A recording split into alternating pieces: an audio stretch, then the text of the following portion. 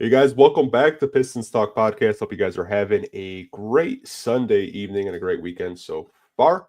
I'm joined once again by Kory Woods, dual beat reporter for MLive.com, covering the Detroit Pistons and the Detroit Lions. Kory, welcome back to the show, man. How you doing?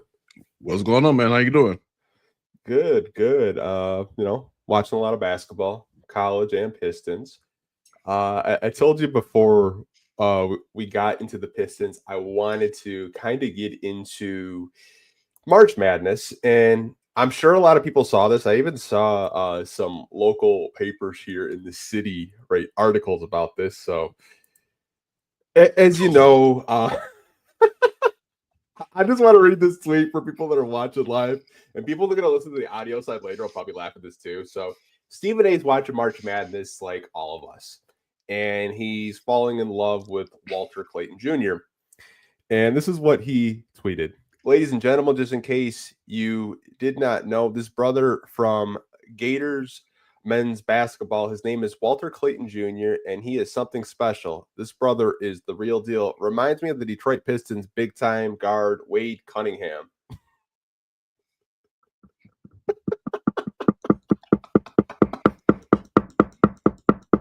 To use a Stephen A. Smith line, Kory, how disrespectful.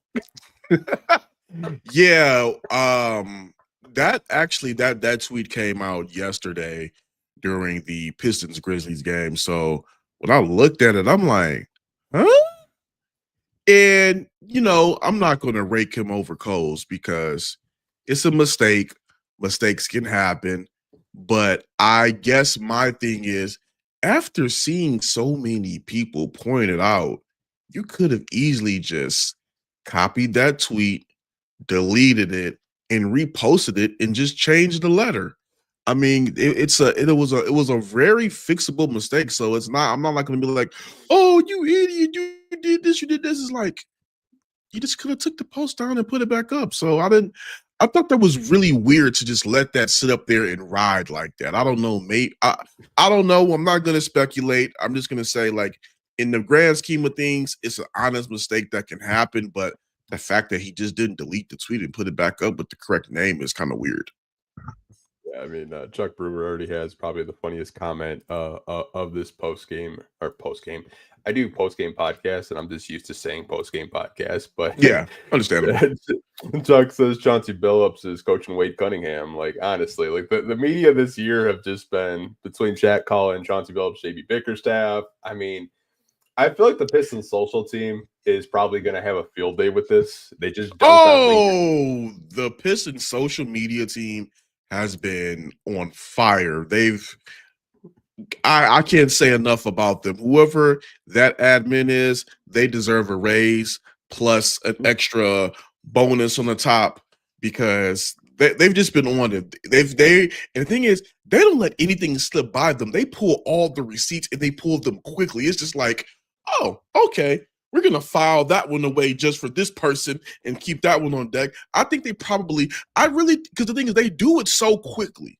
I think what they honestly probably do is they create a folder and they screenshot some of this stuff and they're like, okay, we're gonna save that in this folder labeled this.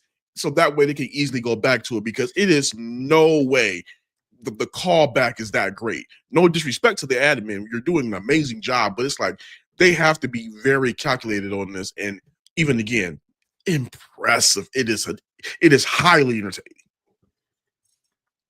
They got Legion Hoops, who in December, I remember seeing the tweet, and every time he posts, Cade Cunningham had kind of a pretty good game, but the Pistons lost, I think, by like maybe 10 or 12 points. Yeah. And he's like free Cade Cunningham. And they held on to that tweet for 3.5 months. And they're like, I thought you said free him. And just put him in a body bag. And I was like, good Lord. Yeah, I never really understood I take that back. I do understand where people were saying at one point free Cade Cunningham, but I don't think it really until they got JB Bickerstaff. I didn't want to just say free Cade Cunningham. Just get these guys in somebody that cares, and obviously they got that by JB Bickerstaff, and that's a whole nother conversation we're probably going to get into very shortly. Yeah. I did want to touch on the Stephen A. Smith. There was also more March Madness news. I don't know if you saw Marcus Sasser last night. Oh yeah, he went crazy. Yeah, I saw it. So I'm gonna play the video for people that didn't see Marcus Sasser. Now, mind you, I've listened to Marcus Sasser's press releases. Very mild mannered, very respectful, very well media trained. I will say, whoever trained him did a very good job. Absolutely. This was probably the most unfiltered, raw, authentic Marcus Sasser I've ever seen. Watch this video of him celebrating after Houston defeated Duke last night. Yeah, one. Quit playing with her. Timeout. Yeah. Yeah. Oh, they don't got. Oh, what they gonna do? Hold on. What they gonna do? Hold on. No time. Oh, I feel okay. Yeah. Yeah. Let's get a stop. Let's get a stop. Yeah. That's what we do. Hey, Warren. Hey, Warren. Hey, I don't want to cuss on here like that, boy. You gonna make me say something, nigga. Stop. What they reviewing? Come on. Come on. We at the free throw line. Come on. Yeah, go ahead and knock these down, LJ. Go ahead and knock these down, LJ.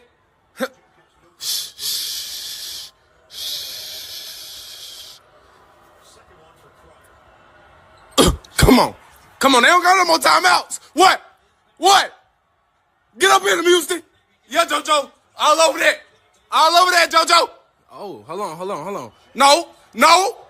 What? Chill out. It is more. That's good. Hey, Coach Sam. You the GOAT, boy.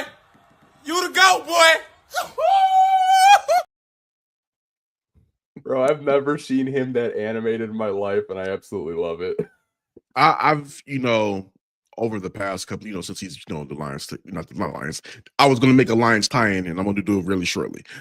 Since I started covering the team, since I started covering him, I have never seen Marcus Sasser that animated ever. Like he's, like you said, very well media trained, soft-spoken, very polite, but I've never seen him that energetic, nor I've ever, and you know what he almost reminded me of? The Lions tie-in. He kind of sounded like Jameson Williams for a tad second. They sound just alike. I'm like, because at first, when I first heard the video, I'm like, the last night when I first heard the video, I'm like, is that J-Mo? No, that was Sasser. So I mean, that's his school. So his school chance to go play for it all. Probably stepped outside of himself and got really hyped. But yeah, I've never heard him talk with that voice and that cadence before. So I mean, hey, kudos to him. Wonder if him and Trajan made a bet. or as Amon Ross St. Brown likes to say, an agreement made away from the facility. Yeah. You know, man. Especially covering the Lions, man. Like, honestly, an agreement made away from the facility. It's funny, like the past 48 hours with Sasser. I don't know if you saw it. Someone caught it on the Raptors broadcast. He shot a 3 and he almost did the gun gesture where John Morant got fired. Yeah, I did catch that. And then he's like, "Oh, no, I didn't do that." Like, dude, he's had probably the funniest 48 hours I've seen by a player in probably like the last 5 years. Yeah, Sasser's a trip, and yeah, that whole gun gesture thing. I don't even want to get into that one. I don't even want to get into that, but yeah, I saw it. I saw him because it was like he was about to go right into it. And he was like, "Oh."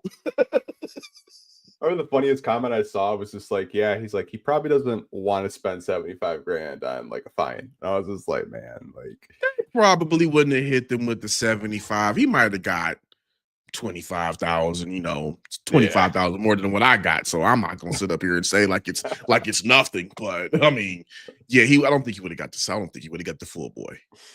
Yeah, not at all. But like, I did want to touch on the March Madness stuff. Obviously, it's been so chaotic. I think a lot of people here when we were doing the podcast like 2 weeks ago, like, well, Michigan State and Michigan play each other. Well, no, that didn't happen. But Florida and Houston should be a really good game. We got your money. Oh, absolutely. Ooh, I don't got no money on nobody. Kory don't have no cash for bets. I'm trying to save these little coins I got for WrestleMania. But if I had to pick somebody, you know what? I'm gonna take a page out of Alex Anzalone. I'm gonna go with Florida. And I'm not even gonna tell you I have a good reason why. I just have a feeling. I think I might go Houston just because Okay. it's hard to bet against their Kelvin Sampson because he's a really good coach. And those guys are just so well coached defensively. Like just the way that they've been playing the whole tournament, they've kind of been doubted even as a 1 seed, which I'm kind of like surprised. But like it wouldn't surprise me if Florida won either. I think it'll be a really good March Madness. And I did want to touch on that for a little bit to start the podcast. Yeah. Because that I saw the Sasser and the Stephen A stuff. So like, man, we got to talk about that before we even get into the Pistons. But I mean, the other Stephen A, I'm surprised you didn't bring up the other Stephen A. Smith thing that's been going. I wish I kind of never posted that. His call back when he said that the team that Monty Williams should be thanking God that he got let go by the Pistons. I mean, if there is a take that did not age like milk. That was one. Don't disrespect Stephen A. Smith, but it's just like the one thing I kind of take issue with is when national media goes really in on organizations and they're not day-to-day covering those teams. They're just watching it from afar. And if you were actually, on the beat covering the Pistons and seeing what was going on, I'm not going to put too much stuff out there. You just know that, hey, this was not just Pistons are a bad organization and Monty Williams was a good coach who just found himself into something horrible. No, it was he had his parts in that 14-68 record as well. Yeah, I mean, I've gone into national media and the way that this sport has been covered probably the last month of why it's so bad. And only thing I'll say is I feel like ESPN is a dying sports media business in terms of the way basketball fans want to get basketball news analysis. I feel like so many people now rely on podcasts, YouTube channels. Because like growing up as kids, like we used to watch PTI, we used to watch First Take, we used to watch like all those shows growing up as kids. But like since this business has kind of switched into like an entertainment business and not so much focusing on the product anymore, absolutely, you kind of had to have like these clickbaity shows, these debate shows, and I think it's just kind of really watered down the NBA product as a whole. I haven't. I like to give people their respect and their credit when they say something and they have a point that makes me challenge my own thinking. I'm gonna give a shout out to an associate, Chris Bass. Me and him go back and forth about basketball on social media a lot, and he's brought up a point that the NBA media coverage, it doesn't celebrate the game the way that the NFL does. I mean, don't get it twisted. There are former NFL players that critique the game and share their grievances with it, but as a whole, it's not as negative as the NBA coverage has been. And it's kind of sad because that is not what I'm accustomed to. I mean, I think that's why a lot of people are really anticipating the return of the NBA coverage on NBC, because you had, shows like NBA Inside Stuff, a program that I grew up watching, making me want to even get into journalism along with Stewart Scott. Those are things that made me amped to be able to like, oh, I want to do this one day. Or, just the way that when NBA on NBC came, and the way that, you saw Bob Costas, talk about the game in introduction, it got you hyped. You got goosebumps on it.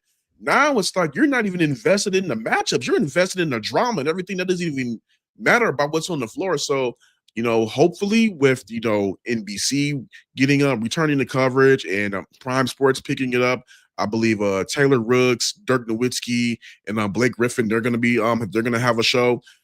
Let's see how that is. Hopefully that will be able to kind of turn the tide. But yeah, I think that's what this, what it needs. Obviously there are some grievances we all have with the NBA, but as a whole, the coverage is it's more negative than positive compared to the NFL.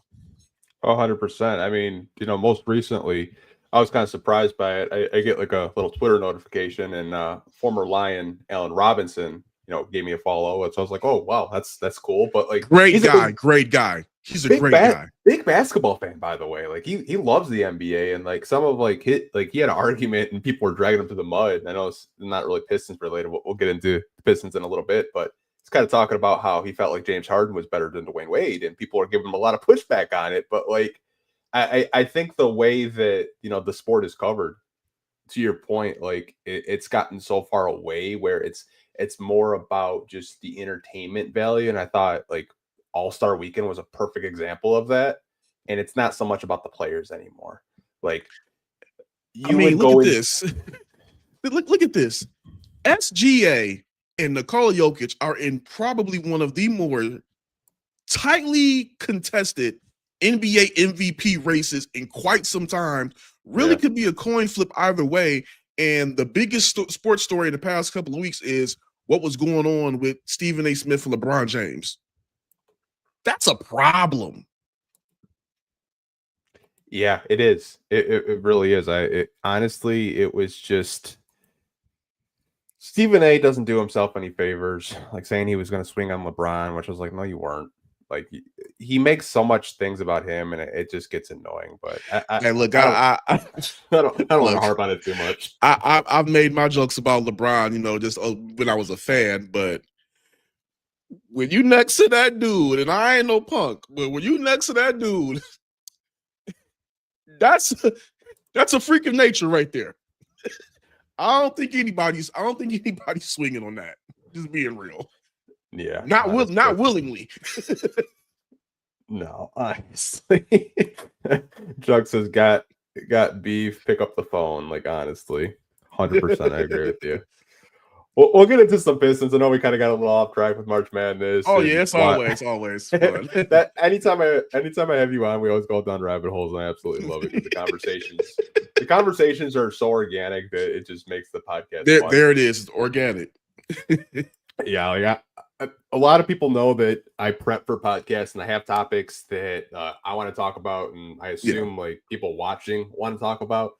But the first topic of the show is the playoffs. So the Pistons make the playoffs for the first time since 2018-19. Last head coach that coached that team was Dwayne Casey. So Kory, I want to ask you, kind of 30,000 foot view. I know you got to cover the team, and then you kind of got off the beat, and now you're back to covering it. Did you feel that this team was an actual playoff team, not a play-in team? No. I thought that this was and I'm not going to have any revisionist history. I think I said this team was going to run close to around 27-ish games, and I was saying if they stayed as is, I thought that if everything went right, they could be a team that could compete for a play-in. If everything went right, they could be one of those, 10, 9 seeds. But to see them become the first team, they're not the first team in NBA history to triple their, win count. They're the first team in NBA history to triple their win count and make it a winning record. And to see them do that, I mean, you go from 14 games to 40 plus in one season. That is a remarkable turnaround. I mean, obviously they added some savvy veterans in the offseason. They got Tim Hardaway in a trade, Tim Hardaway Jr. in a trade. Got Tobias Harris, a move that everybody was kind of, rumoring linking since last year's trade deadline. You bring in Malik Beasley on, I thought was a steal of a deal. And then the sneaky addition at the trade deadline of adding Dennis Schroeder, I mean, that was the quality vets they needed. Because I believe it was Cade said it last year after they, when they were like 2-26, he's like, we are not this bad. And I didn't believe they were. They just needed the proper coaching and the proper vets around them. So, to kind of, get back to it, did I think they were going to be a playoff team? No, I thought play in, but you got to give credit to Trajan Langdon for he came in, he did what he said he was going to do, surrounded this group with savvy young vets, and you got a coach that, hey, in his introductory press conference, JB Bickerstaff said, come March, you will see this team and you will say, that's Detroit Pistons basketball. They just locked in their first top 6 seed since 2008. Everybody a part of this regime has done their job. And the last person I want to give credit to for this turnaround is you got to give credit to Tom Gores. Whether you love him or whether you hate him, he paid Monty Williams $78 million to coach this team and $65 million to fire him. Now, whether you wanted Monty Williams initially as the head coach or not, that's neither here nor there. I don't think anybody saw Monty Williams being hired to coach this team and said, hey, they're going to go 14-68 and also set the end of the single season losing streak record. Nobody could have predicted that. But the fact that Tom Gore said that, you know what, I'm going to go ahead and eat this and we're going to restart it over and then we're going to do it right this time, then by all accounts, they're doing things right. Got to give him some credit as well. Yeah, you really do. I think the conversations I had with you, like very early on in the season, was I thought this team was going to be between 27 and 33 wins. Like that was kind of like where I was at. And I was just like, the play-in should be the goal. Like if you have one goal for the season, like if you can kind of flirt within the play-in, then that's a successful season. But what I will say from a month-to-month basis, what I've seen from this team is so much drastic improvement that you don't usually see in a calendar year. You just don't. Like from October to like March, they look like a completely different basketball team. And I think you have to give credit to not only JB Bickerstaff and his coaching staff, but you have to give credit to the vets on this team, like a Tobias Harris, like a Malik Beasley, like a Tim Hardaway Jr. I know you touched on Dennis Schroeder, who I honestly think was the perfect fit for this team, and you basically got him for free. But because you just got involved in the Jimmy Butler trade and he had to go somewhere. Honestly, it's crazy. I didn't see playoffs on the goal. I know there were some people that said playoffs, and the fact that you saw that, that's awesome. And I'll give you guys that credit that are watching live on YouTube or maybe gotta give them their respect. Audio listener later, but like I'm shocked, man. Like because they have a chance to get to 45 wins, and they haven't done that since the Going to Work Pistons, and that was a long time ago. And also too, I think another reason why I did not see them making the playoffs is the lack of continuity in the coaching staff. I mean, a lot of these guys are on their third head coach in their third season. Like we've been talking about the maturity and the maturation of Jalen Duren. He's had a new head coach each year of his time in the league, a different big man coach. Same thing with Jaden Ivey. He went from Dwayne to the situation with Monty. Now he has a coach that has restored his confidence, and JB Bickerstaff is like, that's not normal to have that type of turnover in your first couple of years in the league. So, it's you got to give the guys, the people out there credit who believe that, hey, this could be a playoff team. And again, if you look at the talent they have, I mean, if Cade Cunningham is healthy, he's a top 10 NBA player, not number 67, wink, wink. If you look at Jalen Duren, he can be, I don't want to say one of the best centers in the league, but I believe that he can grow to be a very good, low post defender. Asar Thompson, God help the NBA if his jump shot comes together. I mean, we're looking at something pretty scary there. Jaden Ivey, let's hope he comes back healthy. Isaiah Stewart in a role where he wants to be and he can thrive. I mean, look at him. I mean, I don't know if he's going to get cut shy of making these all defensive teams because of his minutes, but hopefully that's not the case because he's been one of the best low post defenders this entire season. And then to your point with the savvy veterans, it's not just the fact that they've added veterans who have went other places and they know how to win and what it takes to win. They've added veterans that are comfortable playing their role, whether it's as a starter or as a reserve and helping the young core win and find their footing. Malik Beasley, that was his goal from day one. He said that when he first started talking to reporters. Tim Hardaway has said it. Tobias has said it. Dennis, he said it when he said it a couple of weeks ago after the game. I can't remember which one it was, but he was talking to Natalie Kerwin, and he said it as well. So, I mean, I believe it was the game when they officially tripled their win total.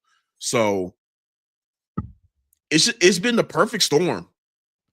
It really has. I do want to give this guy credit because he did draft the guys. I think a lot of people give Troy Weaver a lot of shit for his free agency and his trades, but he did lay the foundation down.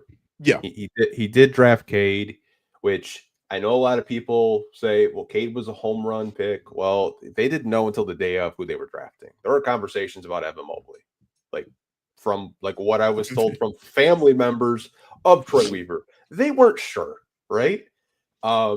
You got Ivy with the 5th pick, which a lot of people love Ivy. I think he's going to be a really good player. Be interested to see if he can or cannot come back. With the playoffs, JB kind of had some, reporters asked them yesterday. I listened to it. I was like, that's interesting.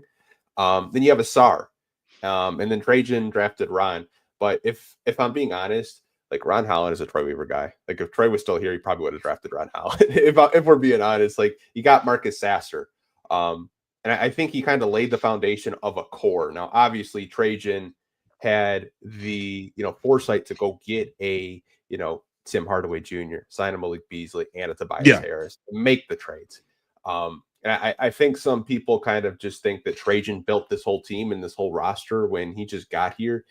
He had a really good free agency and a pretty solid draft of drafting Ron and Bobby Klippman, who we haven't really seen too much yet. But, overall, I think the turnaround with this team, I see so many, national heads talk about it that they're so surprised.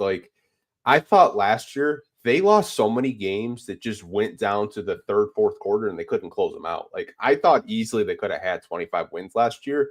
There were these games where they didn't have the veterans out there to help them close games. No shot at a Bojan Bogdanovic or an Alec Burks.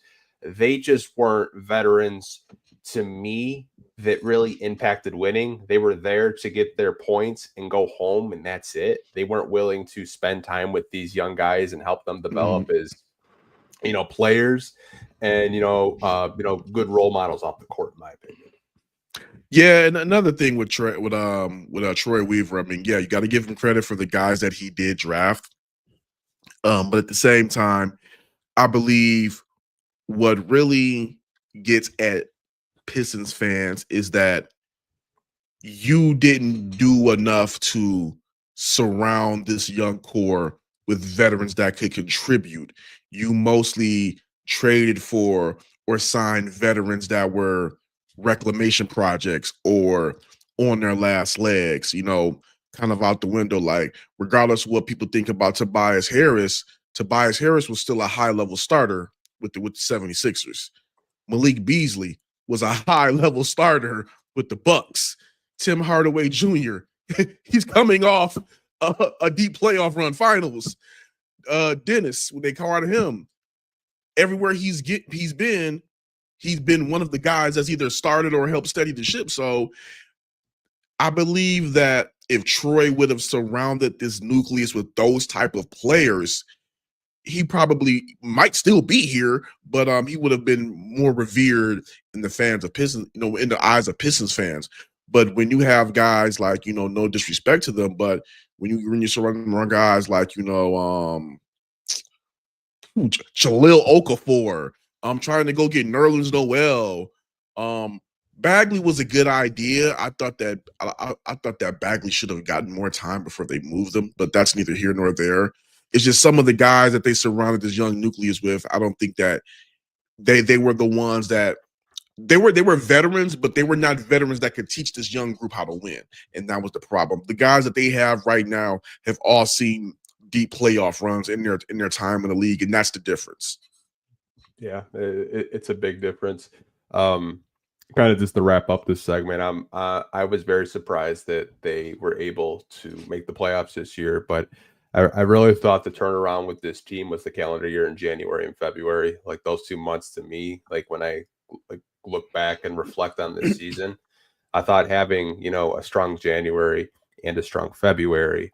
And a lot of people looked at the schedule. They're like, man, like I don't know if we can, kind of keep this, top 6 seed. But they really did themselves, a favor by just, playing hard and not quitting and, just, competing for a full 48. And I mean, you got to tip your cap to JB and everyone that has just like really instilled them and, given them confidence. And, Cade Cunningham playing like a top 10 player, in my opinion, right now in the NBA has helped a lot.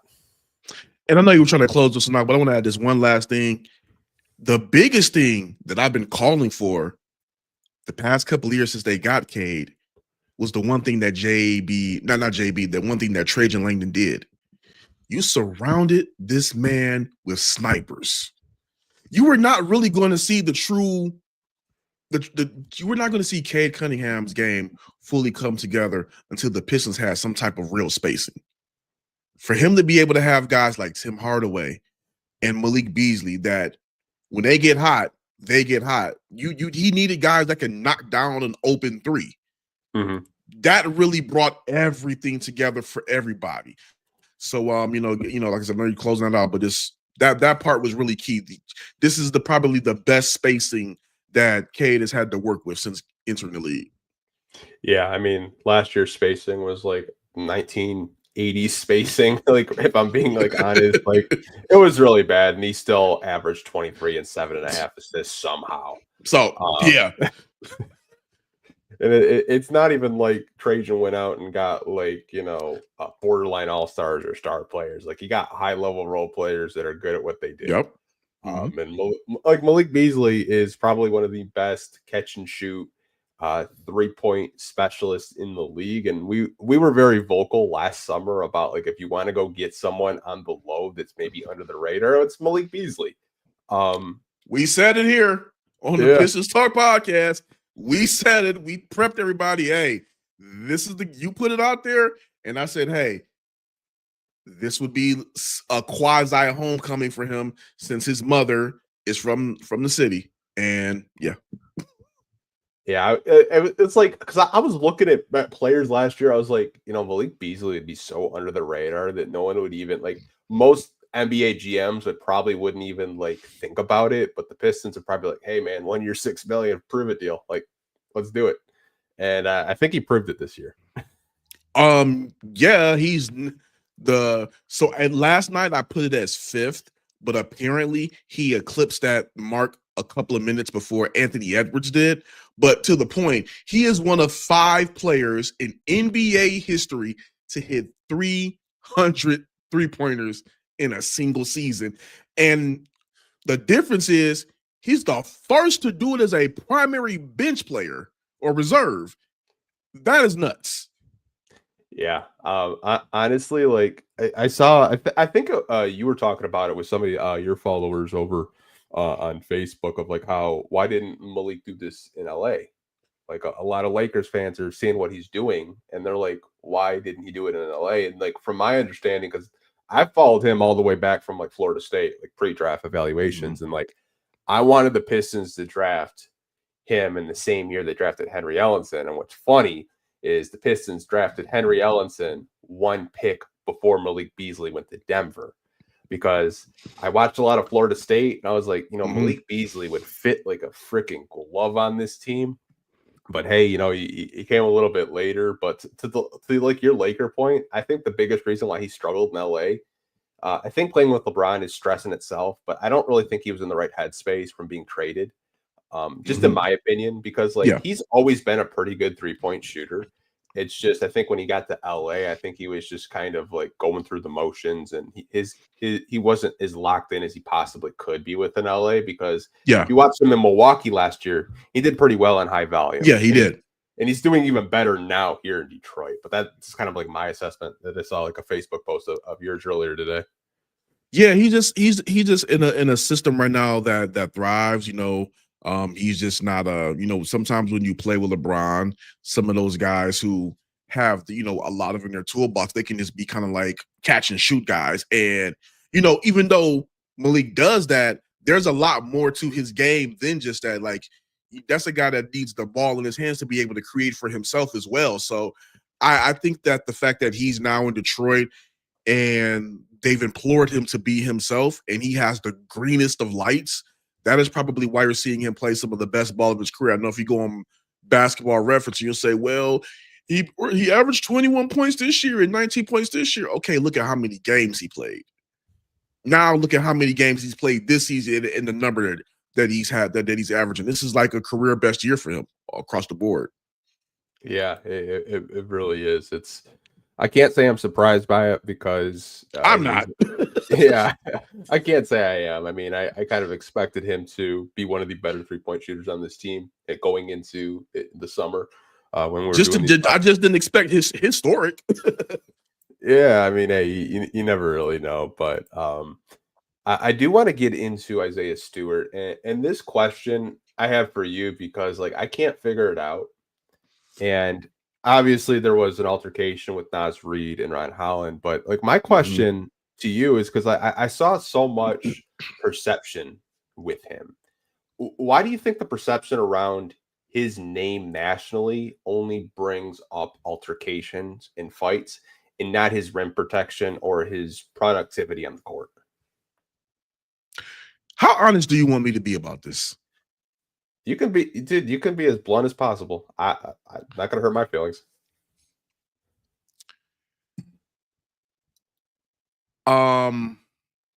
Real quick, do me a favor. Okay. I want to say Draymond Green is about what, 35, 36? Mm-hmm. Let me see. They need a new target. That's to me, that's what it is. Because yep, 35. Here's my thing about Isaiah Stewart. Do you want to say he's temperamental, a hothead? Okay, whatever. Not me saying it, but we're talking about perception nationally. Those are some of the things that we see. And my thing is, in this, and I said this a couple of days ago, I think in this newer NBA, the reason Isaiah Stewart and the Pistons, this current Pistons teams, is getting this new rep is guys are not really as physical in this day and age as the Pistons are. It's something new to them. So when you get guys being really physical and playing tough-nosed defense, I mean, some people really don't like it. You can tell by the reaction.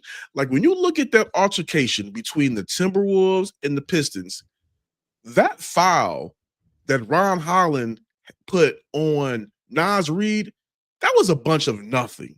It wasn't like a flagrant. It was just a comment. Okay, I'm not letting this guy get an easy layup. It didn't warrant. Now I know I know they were back and forth chirping and whatnot, but that foul did not warrant him going up into Ron Holland's face and pointing a finger, and DiVincenzo, for somehow who only got one game, being the aggressor, pushing Ron Holland, and he retaliated back. So, to kind of bring it back to Isaiah Stewart, even in that instance, he didn't really do too much of nothing. To me, and again, this is I didn't ask him, and I'm going to. I should have asked him last night. From looking at the situation, it appeared a veteran going over to protect his rookie, who was being cornered by two other players, and he really didn't do too much of anything. Just maybe a little push or shove or something like that. I think the national rep of him being like whatever they're saying about him is kind of cheap. It's kind of low hanging fruit. And then to bring to that Draymond point, I believe with Draymond at one point, not trying to push him out the league, but he's closer to his exit than he was to his entry. They need a new target. And hey, you know what? Draymond's been on his best behavior. He's probably going to be out the door. Who can we turn our attention to be the new subject? Oh, look, Isaiah Stewart plays rough, has a couple altercations under his belt. Let's pick him. I mean, he's had some big ones over the couple of years. The situation with LeBron where he got bloodied, and the situation with Nursif at the in the tunnel with the footprint arena with the Suns. So he has a couple things under his belt, but I think that if you really look at the context of things, trying to put any bad label on him is just it's bad. Like I see people on Twitter saying, "What is it? What did Isaiah Stewart do today? I've never seen anything but fighting." No, he's blocking shots. He's grabbing boards. He's being physical around the rim with putbacks. Yesterday, with Jalen Duran out, you seeing him doing all of that and taking some timely 3-pointers. So don't limit his game to the clickbaity headlines. Just watch the tape on this guy. I don't like it because I like we just talked about the media coverage. It's not really telling the full picture. But hey, that's just one man's opinion.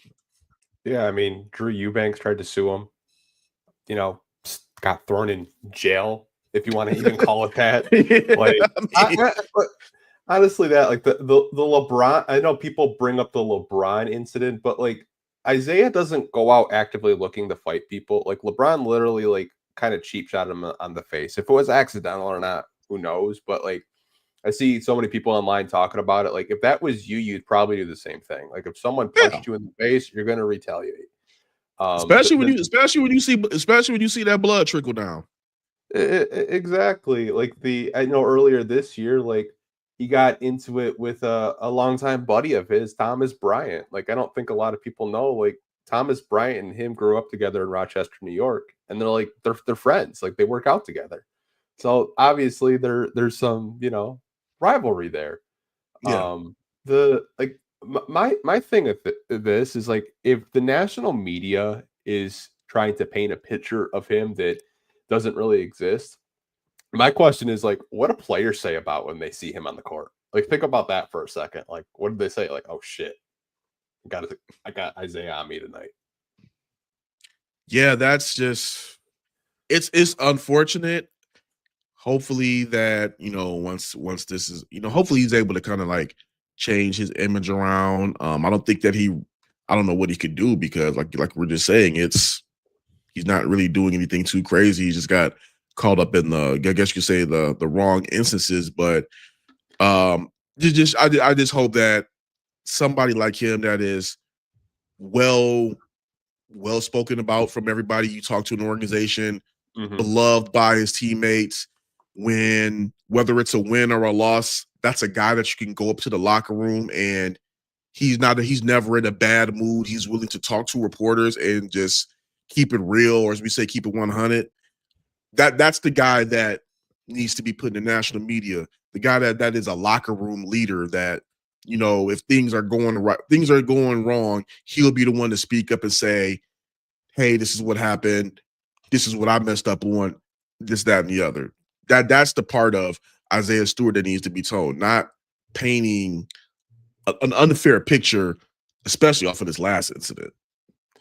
Yeah, it's just like I've gone back to like every incident. I mean, there was a little scuffle there with Draymond a few years ago where Draymond tried Isaiah Stewart and he learned real quick when he grabbed him by the collar. Like, he gave him that scorpion. Get over here. Yeah, like it's not like he's actively looking to just get into fights. I think a big problem with a lot of players around the league is he plays hard, and I don't think a lot of players in today's NBA are used to the physicality, the tenaciousness, the defense. I mean, like he was blocking Jaren Jackson Jr. last night, and Jaren Jackson Jr. had a couple. He's a good, almost a true 7-footer, but like he had a couple blocks on him last night. I was like, good dude, good Lord. If you just looked at the final box score and how many points Jaren Jackson had and did not actually watch the game, you wouldn't think that in that first half Isaiah Stewart had him in a straitjacket. It was very sound. It was very sound defense. And again, I'm not an NBA player. Never have touched an NBA court outside of just doing my job. But I'm not going to sit up here and say, "Oh, these guys today are soft." Yada yada yada. No, but you can see the way I have two eyes. We all have eyes. We can see the way that these other teams react to the way the Pistons play them aggressively on both ends of the floor, especially defensively. We see how they react, and they don't like it, and they get. I guess you could say they get. I'm trying to find the right word without being disrespectful. You can just see the reactions on their faces when the Pistons played them physically on defense, and they don't appear to like it. And I'm like, okay, what's the alternative? Let them blow bypass you and get to the rack. Let you shoot an open jump shot. Like, are we in an NBA where defense is not prioritized and you just let guys score and get them back on the other end of the floor? I mean, that's not the way the Pistons play. That's not the way JB Bickerstaff coaches. So, yeah, we're gonna hopefully the way that the Pistons play is actually something that inspires the rest of the league to kind of get back to the physicality, because I believe that the reason some people outside of Detroit, not everybody, I believe that the reason some people outside of Detroit are starting to embrace this Pistons team is because of that physical nature. The NFL is not the only game that is physical. The NHL is not the only game that is physical. The NBA can be a very physical game. We've seen examples of it. Definitely don't want it to get out of hand, but that physicality back in the sport that people are watching and paying money for, that's the entertainment. Yeah, they want to see the 3-point shots. They want to see all the dunks. They want to see all that, but they also don't want to see, guys not playing defense either. So, yeah. Yeah, I think Ben had a good word for it. He said they're rattled is a good word for it. Like, teams are rattled when they see the Detroit Pistons play just hard no defense. Like, Ron Holland to me is an every loose ball. Him and Asar Thompson are just transition nightmares. Ron Holland is a dog. Yeah. He's a certified dog. I don't want to. I'm sorry, I just had to add that. He's a certified dog. He is. I'm a really big Ron Holland fan, so I'm not even mad at that. But like, I've just been like going back and forth with like just the perception nationally with him. Yeah, and it's just like a lot of these shows see what these people tweet about online, and then they have shows about it. Like, I know Carmelo Anthony talked about it on his podcast with Isaiah Stewart, kind of talking about like he's got like that Detroit-ish, like, you go in there and you're messing around. He's just like, you might get knocked on your ass. Like, even KG, Kevin Garnett, say you go around bullshit and you're gonna get your ass busted, like straight up. Like, and I think to your point, like, that's what a lot of Pistons fans are used to. They're used to hard-nosed defensive. We use grit now, as you've said before. Yeah, but grit's the new buzzword. Grit's the new blue collar in 2025. Hey, like I said it. Grit is the new blue collar. It's the same thing. But I think that's why so many casual NBA fans, they're not used to it, because we're used to just like officials blowing their whistle if someone gets touched. And the way the Pistons play, like I think it's bringing that physicality that we grew up on. Like, I remember watching like Jermaine O'Neal and Ben Wallace just battle down low in the post and like have like 70-70 final scores, and it's just be like defensive battles. I don't think it'll ever get that bad, but like bringing a little bit of defense back to a sport that's basically just offensive driven now, I think it brings more entertainment value, especially in the playoffs, because you don't want like 138, 145 final scores in the playoffs. No one wants to watch that. I mean, and again, I don't know whether it's, and again, I don't want to be disrespectful, because again, I've never played the game. I'm at least at that level, but it's just like you can look at some of this stuff and you wonder, you don't want guys checking you? I mean, what made Michael Jordan, Kobe Bryant, hey, want to put LeBron James in there? Go ahead. What made those guys so great was that when the best defender was covering them, especially Mike and Mike and Kobe, when the best guy was guarding them, they wanted that challenge to be able to cook a hard-nosed defender. And then on the flip side, they would want to guard somebody just as hard. In this day, it doesn't feel like that is a part of the game. It's more so like, oh, I don't want to play defense because I don't want to get cooked. I don't want to be on the highlight.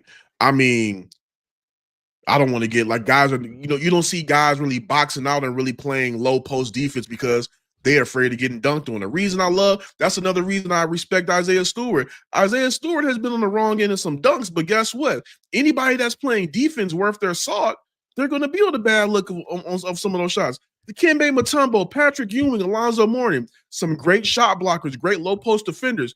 They're on some posters, but guess what? Nobody will ever accuse them of not playing defense. And we're not really kind of seeing that level of defense and level of physicality in today's game. And I think that's why a lot of people are turned off. Yeah. Apparently, not to change the subject, Drake just made a new song and he's throwing some shade at Cade Cunningham. So I'm going to send you the link. Drake throwing shade at Cade Cunningham? Why are you telling me this right now? What? My phone's blowing up. I didn't know why. That's hilarious. I'll have to listen. So we're getting see, I'm telling you right now, if Drake is throwing shade at Cade Cunningham, that's not going to work. That ain't going to work coming back to the city. I mean, maybe he's mad that the Pistons swept the Raptors in the first time since 1997, 1998 in the season series. I don't know. But to your point, I haven't listened to it, but I just sent you the video. I don't know if you got it yet, but see, every time I come on your show, something always happens that makes my night longer. We beefing. Every time. I'm telling you, man. You want some breaking news? Come on here. You know something's gonna happen. Right. Something's gonna happen. I don't know. Maybe I'm like, hey, get Kory on here. Something will go wrong in the NBA world. Oh man, I'm not even gonna like go down that rabbit hole, but I did want to kind of shift over the gate. Man, I can't believe he's doing that. That's insane. But Eric Woodyard, who I'm sure you're very familiar with, really good reporter. Eric is my guy. Eric's my guy. He had a really good article with Cade Cunningham. If you guys haven't checked it out, he got a lot of quotes from players that we're going to talk about on this podcast. And one of the quotes that he got from Cade Cunningham was Cade talking about how he wants to be the best basketball player in the world. So I'll read the quote from Eric's article. And Cade said, I think I can be the best basketball player in the world. I think I'm only on my way. I want my people to understand that that's what I'm working to show people every time I play. So, Kory, I kind of want to get like just your overall opinion on Cade's goals to wanting to be the best basketball player in the world. Do you think he has the tools to kind of possibly be, that face that no one wants, with, KD getting older, LeBron getting older, Steph getting older? Do you think Cade could have that conversation of being the quote unquote best player in the world? As I always got to say, how honest do you want me to keep it? 100. I think if Cade Cunningham can stay healthy, he can definitely be one of the top 3 or 4 basketball players in the league. I don't want to be one of those guys that place too much expectations on somebody and not have them live it up. But the only thing that is stopping Cade Cunningham from being the best player in the league and reaching his full potential would be health. That would be it. Hopefully, he's played more games this year than he's played in his career. So hopefully, he can kind of hopefully some of these things can kind of rework in the offseason, maybe definitely get in the firm 70s and whatnot. But you look at his game and it's almost like everything comes so easy for him. His court vision, his shot selection, how fluid he is in getting to the rim. He's a solid rebounder, damn good for a forward. There is almost no holes in his game, in my opinion. Now, the one thing that we wanted him to work on, and I believe he worked on it compared to last year, was the turnovers. And I believe we also said that last year we felt a lot of his turnovers came from him overcompensating because he did not have the necessary supporting cast around him. Now that he does, we're seeing that full game come together. If they continue to improve this roster, or heck, they run it back with the supporting cast and they get it at full strength, I'm telling you, we're looking at a star in the making. And great for Detroit that they have him locked up in that contract, because a lot of people were saying, oh, they got to get Cade out of here. They got to get Cade out of here. Cade wants to be in Detroit. So I believe that he can be one of the new faces of the league, just off the way that he plays, the way that he carries himself. And I believe that he is a great ambassador of the game. The only thing I'm just hoping for Cade is that he's able to stay relatively healthy as much as he was this year, and, even better health moving forward. And I see no reason why he can't be, he wants to be the best player in the world. I'm not going to be the one to say that he can't. I mean, he's shown that he can be the number one option on a good team. Some people were wondering if they needed to go get another player beside him. And, if you want to improve the supporting cast, you can have that argument, whatever. But can Cade be a number one? Yes, he can. And he can be a top player. I think this conversation can get very difficult, because I'm trying not to let my fandom leak out. I'm going to try to be as down the middle as I possibly can. I don't think he's done developing yet, and that's kind of scary to think about. He's not even 20. He's not even 26 years old. I will say, I think he can get better with his handle to lower the turnovers, because the turnovers are still the turnovers, but he does have a very high usage. Like guards like Trae Young and James Harden, they're gonna be high turnover guards. But I think he can get a tighter handle. Yeah, I think his 3-point shot, when it's falling, we've seen games this year where he just could not miss a shot, like the Madison Square Garden game, the second one when they were away, and he scored 30 points in the second half. I think that's Cade Cunningham when he's 100% locked in. You see flashes of what he could possibly be, scoring at all three levels, manipulating his defender, scoring down low in the post. And you don't really see a lot of guards like him that like the post up with the little hook shots and the fades and just the, in and out in the between game. I do think once he's fully developed in his game, around 26, 27 years old, I think he's going to be in the conversations, with SGA, with Luka Doncic. absolutely. And others, because I think he has a game that is very marketable for the NBA. There's no off the court drama. He's always been very, I think, respectful with the media, and just the way he treats the game.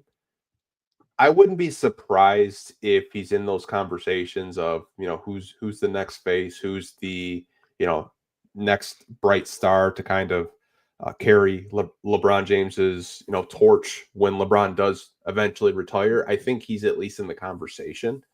I don't know if right now I could confidently say he's going to be the best player in the world. I just don't know. I think he does have a shot of at least being in the top 5 conversations, in my opinion. Yeah. Though. Yeah, I don't want to put him too much in there, because you still got guys like, I don't know if they would have never making the face of the league, but you got guys like Jokic out there still. SGA, could he be a face of the league? Is Jason Tatum going to go ahead and then I know it's kind of almost a little bit blasphemous to say this, but is Jason Tatum going to take that extra step to being the absolute face? We know he's one of the best players in the league, but is he going to take that leap to being the face? So, there's a couple of guys that Cade would have to leap over, but hey, this is what the NBA playoffs are for. We're gonna If this could very well be his coming out party, and he gets to pretty much dictate how that goes. Yeah, I mean, if he has we'll probably get into playoff stuff in a little bit. Like, if he goes in and wins the Pistons their first playoff game, and let's say he wins the Pistons. Oh, and Ant-Man, sorry, I can't forget Ant-Man. Sorry. Yeah, Anthony Edwards is. I think he's a good player, but I think the off the court stuff, to me, if you follow it, I don't know if the NBA would want to really promote someone like that. And like, hey, who am I to judge what he does off the court? But I mean, absolutely. if you're talking about the NBA as a product, I think they would have kind of a difficult time trying to push that out with all the baggage that he does have.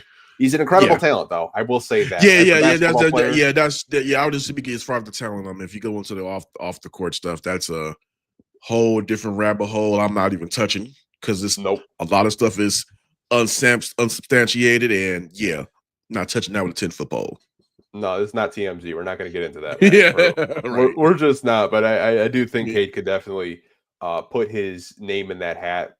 You got Jason Tatum, you got Cade Cunningham. I mean, like, can Scotty Barnes take a leap once Brandon Ingram gets healthy? Because I think a lot of people still sleep on Scotty Barnes, even though the Raptors are struggling right now. I still think that he's not done developing. Because if Scotty gets a jump shot, I mean, like, he's a really good player.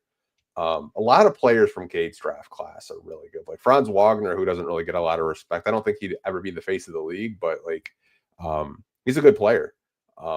He's a sniper. Yeah, for sure. He always loves going off against the Pistons, but wouldn't surprise me at all if you kind of see Cade in those conversations with like, MVP and all stuff like that for years to come. So Kendrick Perkins, to kind of stick on MVP, he had his top 5 MVP list. I don't know if you saw this from him. And this is his top 5 for MVP. So it's big perks, big list. So SGA 1, I don't really think we should be surprised by that. Nikola Jokic 2, Jason Tatum 3, Donovan Mitchell 4, and Cade Cunningham 5. Like, when you look at an MVP list this season for just like all the games that we've watched with SGA, Jokic, Tatum, Mitchell, and Cade, like, are you surprised that a guy like Kendrick Perkins at ESPN put Cade top 5? No, I'm not surprised. And, people may say, Kory, you're crazy for saying this, but I would actually move Cade up a couple slots. I would actually have him as 3rd. And, I mean, here's the reason why. We're talking about a team that went 14-68 last year, and now they've turned a lot of things around, and we've seen Cade Cunningham play some of the best basketball of those 5 guys up there. To me, in my opinion, only Shea and Jokic have played better basketball. Whether people want to, and that's just my personal opinion when you're talking about the all-around game and what he has done for a team. Because when you're talking about most valuable, if you take Jason Tatum off that Celtics team, I believe they're still a playoff team. If you take Donovan Mitchell off that Cavaliers team, I believe they could still be a fringe playoff team. You take Cade Cunningham off the Pistons, they are not in the playoffs or the play-in. So when we're talking about most valuable, I think that Cade Cunningham should actually be number 3. That's just my personal opinion. But the fact that Perk does have him top 5, I totally respect that, because you just have to look at the way that his game has come together this season and what he has been able to do leading his Pistons. And on a night-in, night-out basis, when he touches the court, he's one of the 1 or 2 best players on that court at times. So, I mean, Perk is ahead of the curve more than a lot of other people. It feels like he at least took to me, in my opinion, it feels like Big Perk took a basketball look at what Cade Cunningham is doing to insert him to the MVP conversation. I'll say this much. He's better off in the MVP conversation as a 3rd, 4th, or 5th than winning most improved player outright. I don't actually think Cade Cunningham should win most improved player. Some people say, no, he should get it. No, he shouldn't. I mean, in my opinion, this is kind of still from Omari Sankofa. I don't want to take it as credit as my own, but with Cade being a number 1 pick and being looked at as most improved player, I believe Ja Morant won it. I think it kind of ruins the essence of the award, the spirit of the award. Yeah, I blame Steph Curry because he won it a few years ago, and then they kind of changed the narrative of the award. Like, yeah, it shouldn't. No. If I'm actually kind of going down this, I'll get to the MVP stuff, but I'm glad you brought up the most improved. Like, if I'm looking at most improved, I'm probably giving it to either Norman Powell, who went from 13 points a game to close to 20 points a game, or Dyson Daniels out of Atlanta. Like, if I was a betting man, I'd look at those two. I think what Dyson Daniels has done in Atlanta, I think a lot of people, when he got traded for DeJounte Murray, a lot of people thought he was just a throw-in piece, but he's their best defender. He's one of their best players since Jalen Johnson went out, and he's a big reason why the Hawks have kind of surged for a play-in spot with Trae Young in Atlanta. Like, I think Dyson Daniels should definitely be an odds-on favorite to win most improved, in my opinion. But I'll give you that was a good one. That's a good one.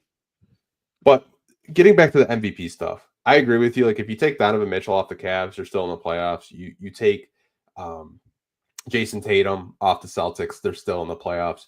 Jokic was out for a couple of games recently with the Nuggets, and they did not look like the same team.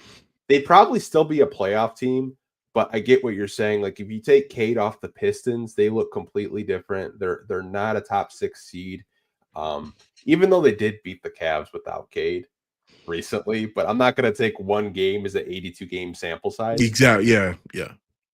I honestly think you can have debates of him being top 3, like you mentioned, like putting him in that 3 spot, because he's so crucial to the Pistons' success, and he's played like a top 10 player. Like, we've seen him in NBA.com. They're not my list. NBA.com MVP ladders. The most recent one had him over LeBron James at 7. Think about that for a second. Again, it's the spirit.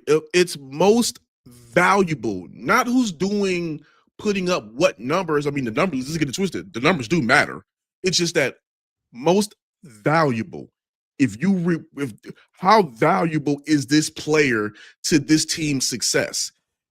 The Pistons are not a 40-win team. They're not a 30-win team. They may not be a 20-win team if Cade Cunningham is not on that roster. Yeah, I think some people kind of overlook how much he does for the Detroit Pistons night in and night out. And it's honestly insane, the leap that he's made. Which also points to your problem about the coverage of the NBA, because the Detroit Pistons are the best story in the NBA. They really are. I mean, like, as soon as Jaden Ivey went down, I remember seeing Pistons fans saying, well, I guess we're not making the playoffs. You know what Cade did? Cade's like, you know what? I got to score more. I got to lead my team. And that's exactly what he did. A lot of people January 1st are like, yeah, season's over after he went down. And what did the team do? They just went and they're like, you know what? No, we're not done. We're going to still have playoff aspirations. And Cade's scoring went way up when Jaden Ivey went down. I mean, they were when Jaden went down, they were 14 and 16. In his absence, they're 29 and 19. Yeah, I mean, I feel like Cade has stepped up. Tobias, I think, deserves a huge pat on the back because he's definitely stepped up. Tim has stepped up in his absence. I think the vets have really taken on that scoring load, because Jaden was giving you 17 points a game on 40% shooting from the outside. Like, I don't think a lot of people remember that. Like, Jaden, he was having a really good season.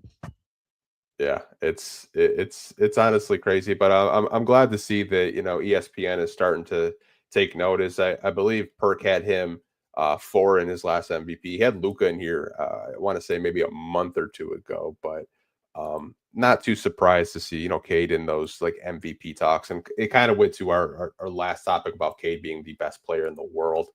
I did want to still kind of focus on that article from Eric, because I saw you post about it. It was about Andre Drummond. Yeah.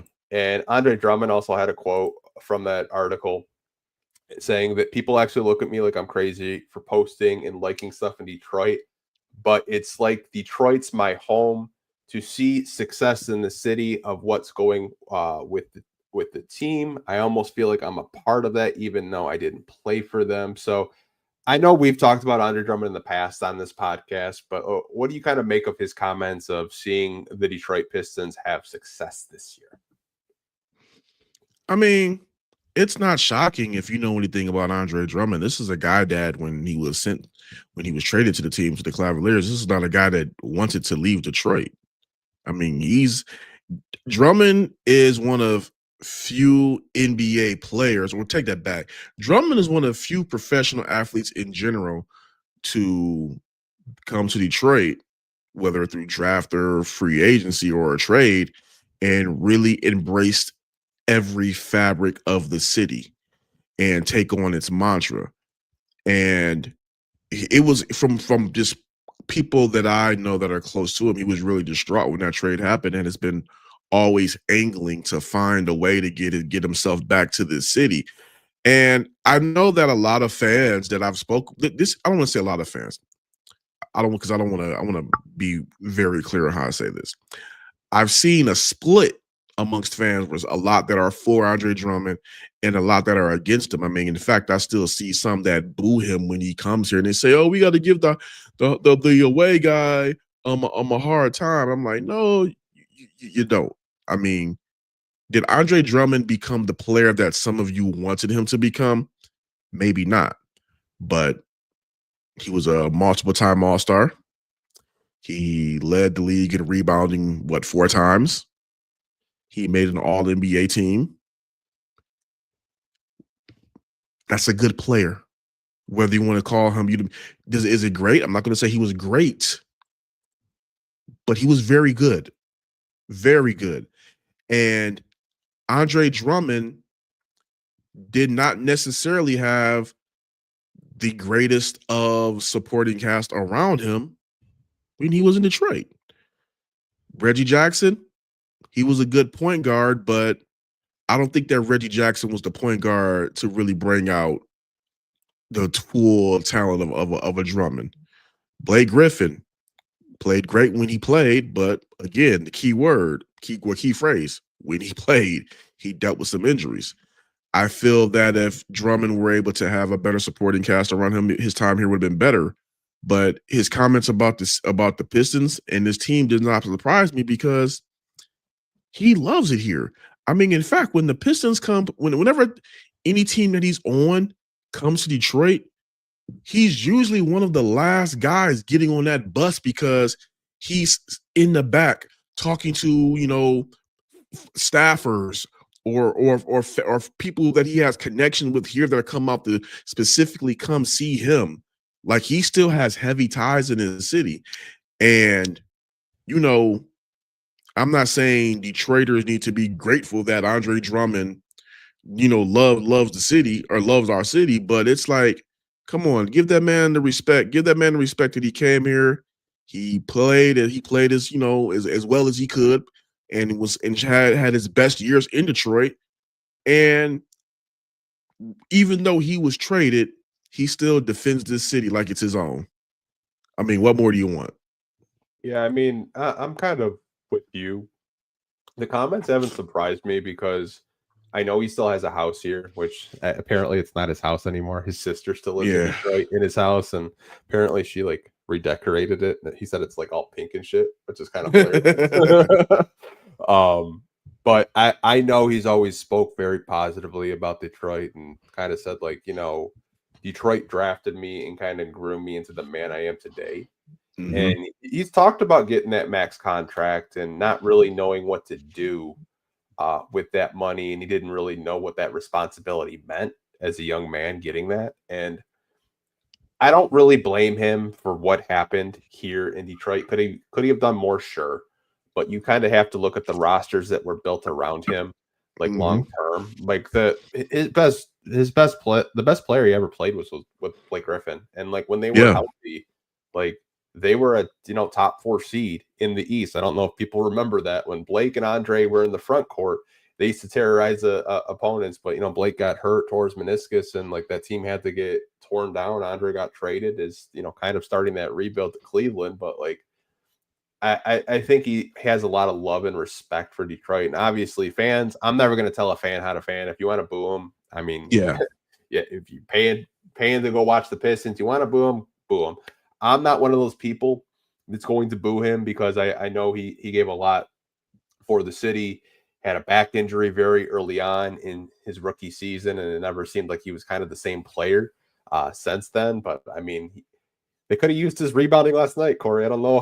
I don't know if you seeing Zach Edey just crash the glass getting 20 rebounds. Like, could have used his rebounding. JB spoke about it. That was the difference in the game. Yeah, two words: box out. Honestly, like I wouldn't even be mad like if they replaced like a third stringer and wanted to bring Andre Drummond on a vets minimum. Like if you get Andre Drummond on a vets minimum as a third string center on this team, I don't really think a lot of fans would be too upset with it. I don't think so either. You know, things can happen this offseason, but yeah, the guy is clearly angling to, get back in Detroit and, to be on another team. And he kind of, Drummond kind of reminds me of Darius Slay in the sense where Slay was like, hey, if we not playing the Lions, I'm cheering for him because that's still my city. That's still home to me. So, I mean, again, and also too, I'm not shocked because at least from just what I've seen personally, once athletes actually come to Detroit, whether it's by draft, trade, or whatever, they love it. Yeah.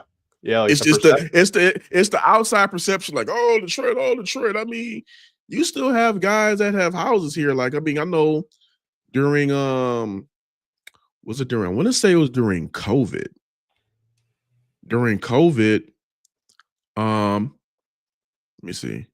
Yeah, it was during COVID because I remember we were all masked up. During COVID, Rasheed Wallace walked up and down the streets along with Steven Jackson, which was an interesting pairing. They walked up and down the streets of Detroit, just giving stuff to people in need. Rasheed still has love for this city. Chauncey Billups still have love for the city. Every athlete that has actually took the time to come here and chill here and live here, they love Detroit. So, Drummond's comments are not shocking. I mean, Tim Hardaway Sr., who, mind you, coached with the Pistons under Van Gundy for one season, he still has a house here. He still lives here. And like it's crazy. Like I know Stan Van Gundy, he still has a lake house up north, and he has season tickets to watch the Detroit Tigers. Like, he's broadcasting now. Like he's not coaching anymore. Like to your point, like a lot of people that come here, they love the city, they love the state of Michigan, and I think it does kind of get like some bad perception from media, but like it's not surprising that I see comments like this from Drummond, and it seems like every podcast he does recently, they ask him about his time in Detroit, and he's like, yeah, he's just like, if I can, I would love to retire a Detroit Piston. And I don't really think too many fans would be mad at it if it was on a contract that was reasonable, at least. Yeah, absolutely. Like, you're not going to give him a max. Like, he's not at that stage of his career. So I think some Pistons fans kind of like, I'm not paying him $15 million a year to be a backup center. It's just like, no, yeah, I don't think. But if you need a guy that can, come in and play spots, grab rebounds, block shots, get you a couple buckets around the rim, I mean, that's Andre Drummond. And you're not only just getting a guy that has the talent to do it, but a guy that wants to come and do it in a Pistons uniform. Yeah, I've watched this team, and I even tweeted it out when I was watching the game because like people are telling me to just be happy with the season, but I was like, man, it's like if we don't get our defensive rebounding intact and better, like playoffs might be really short because you cannot be giving up that many possessions. And I know Zach Edey is this kind of like a guy that's 7'4", he's big, but even the Raptors game, they gave up a lot of defensive rebounds. And like, when they go up against a team that has like a true 7-footer in the front court, they really struggle. I get Tobias has been in and out of the lineup. He's been one of their better rebounders, but like, I've always had that respect with Drummond. Like when he was here, you never really had to worry about rebounds because he was always snatching that shit. Drummond, I mean, You might not have liked how he got it, but Drummond was good for a double-double on any given night. I know. Drummond got double-doubles in his sleep. I know. I'm waiting for JD to have another 2020 game because I remember Drummond used to have them like routinely, and I was like, wow, another 2020 game. And then like I'm watching like the centers we've had since we've traded them, and I was like, man, like 2020 games are actually pretty difficult to get. Mm-hmm. And he was getting them routinely in his sleep. Like it's honestly insane. Now you could maybe credit some of his rebounding. He even admitted that he kind of missed shots on purpose to get those 2020 games. But hey, I'm not mad at it if he knows he's going to get the rebound. We do have one final topic, and it is about Malik Beasley. Obviously, with the awards coming up, I kind of wanted to get like your overall thoughts. Do you think Malik Beasley has a good shot to win Sixth Man of the Year over a guy like a Peyton Pritchard? I believe so. Peyton Pritchard has played a phenomenal ball as well, but I think the real key thing is, and again, even though it's not most valuable player, you have to talk. I think we have to consider what Beasley has done and how the Pistons have benefited from it. Without Malik Beasley's contributions, again, you could say the Pistons probably are not where they're at right now. He's been just as important to the team as anybody. Not going to say he's more important than Cade Cunningham, but when you talk about the whole total picture of what this team has done, what Malik Beasley has done has been sensational. Right outside of 17 points per game, shooting a high clip from beyond the arc. A guy that has been able to come in spots and just really heat it up and get it going. And, I really do think that he should be the odds-on favorite to win it just off of everything that he's done. And also, too, just the fact that as a primary sixth man, the fact that you can etch yourself into NBA history making 300 three-pointers off as a reserve, that's outstanding. And I believe that I think that he rubber stamped Sixth Man of the Year last night. Obviously, he wanted to win, but I think from here on out, everything he does for the rest of the season is just house money. I think it's really his award to lose. And again, I'm not going to disrespect Peyton Pritchard. Very solid season, but it's Beasley's. I was listening to Bill Simmons, and he made such a good argument for Beasley of Sixth Man of the Year. And like Bill Simmons is like the biggest Celtic fan you'll ever meet. And he said, I'm voting for Beasley for Sixth Man of the Year. And his argument was, if Peyton Pritchard doesn't go off, they still win a game. If Beasley doesn't go off or get his shots, the Pistons don't win, and he impacts winning more. And his point is just like they need Beasley to hit 6 threes a game. They don't need Peyton Pritchard to make 6 threes a game because other guys are really good on that team.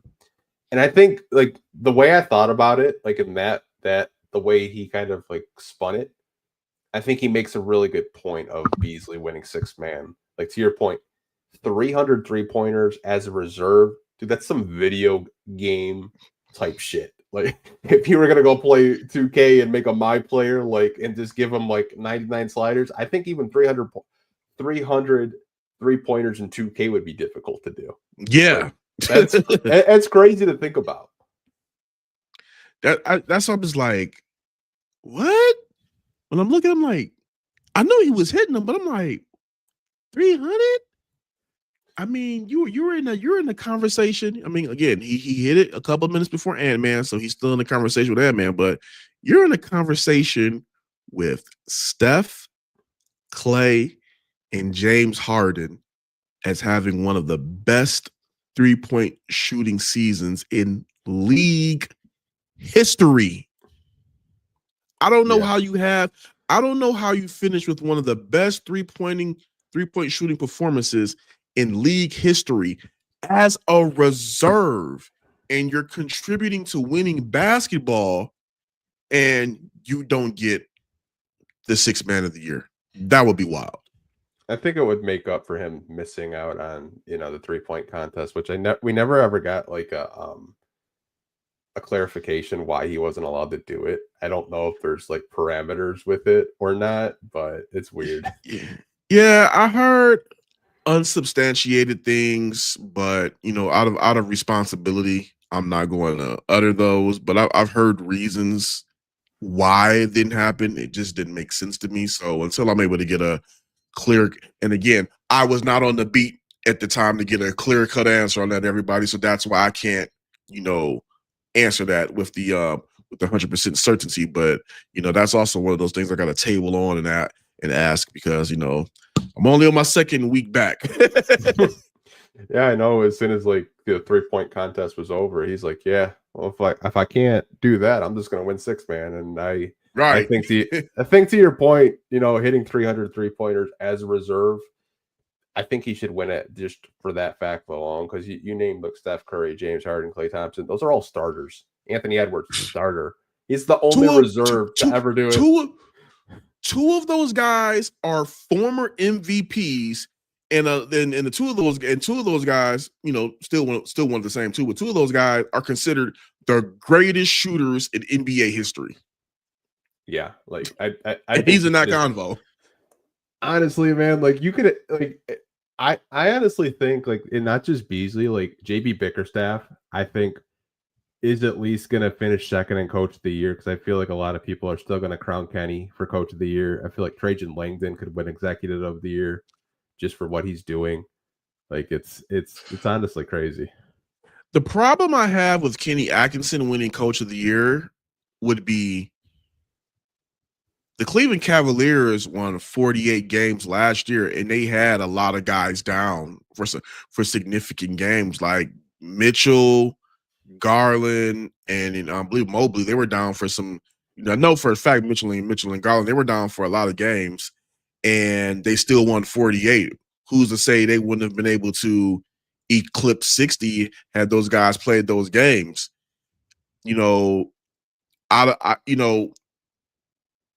And also too, those guys were injured in the playoffs, and then they lost to the eventual champion Boston Celtics.